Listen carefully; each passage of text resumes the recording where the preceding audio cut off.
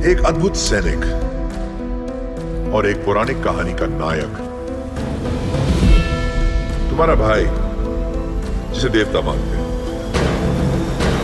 जब वो आएंगे, और वो जरूर आएंगे,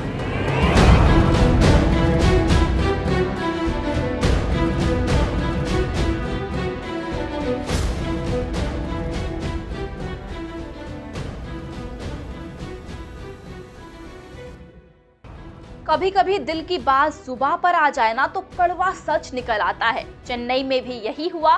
श्रीलक्ष्मी नाम की एक लड़की ऐसे ही अपना दिन काट रही थी। श्रीलक्ष्मी एक लॉयर थी, मगर अपनी जिंदगी से वो काफी परेशान थी। बहुत दिनों से उसका करियर कुछ खास ट्रैक पर नहीं था और उसे लग रहा था कि सिस्टम में उसे दबाया जा रहा है। जी हाँ, एक दिन जब वो नॉर्मली अपना दिन बिता रही थी तो उसकी अपने एक कलीग से कहासुनी हो गई। दोस्तों, वो जानती थी कि कैसे इंडिया में महिलाओं की कंडीशन अब जाकर बहुत मुश्किल से सुधरना शुरू हुई है, मगर कुछ लोग अभी भी इस बात की ग्रेविटी को नहीं समझ पा रहे हैं। इसलिए उसने ये भाषण देना शुरू कर दिया, जिसमें उसने ये बताया कि महिलाओं को कैसे पुराने जमाने में रखा जाया करता था। जी हाँ, उसने कहा, क्या आपको पता भी है कि हम पर क्या बीती है? हमने जितना झेला है उसका 1% भी अगर आपको दिया जाए ना, आपका मर जाने का मन करेगा। दोस्तों, इस समय वो इतना तेज बोलने लगी थी कि सभी लोग अपना काम धाम छोड़कर उसकी बातों को सुन रहे थे। आगे बोलते हुए उसने कहा, अरे हम महिलाओं को हमेशा अपने पतियों के नीचे रखा गया है। जानवर और हम में कुछ ज्यादा फर्क नहीं था। ना वो बोल पाते थे और ना हमें लोग बोलने देते थे।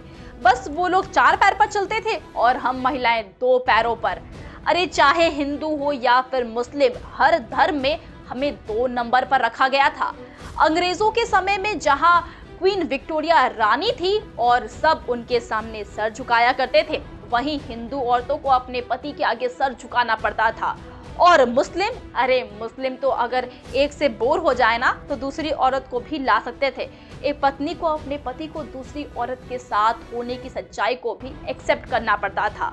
और मर्द अपनी बीवी पर कभी भी हाथ उठा सकते थे, वहीं बीवी आवाज उठाने का भी हक नहीं रखती थी। और रानी विक्टोरिया उस समय चू भी नहीं करती थी, क्योंकि उनका कहना था कि वो इंटरफेयर नहीं करेगी। अरे अंग्रेज एटलीस्ट औरतों को वो इज्जत तो देते थे, महिलाओं को तो उस इज्जत का सपना देखने का भी हक नहीं था। और आप कहते हैं कि हमने किया ही क्या है? अरे ये सब कुछ झेलने के बाद भी सेवा की है।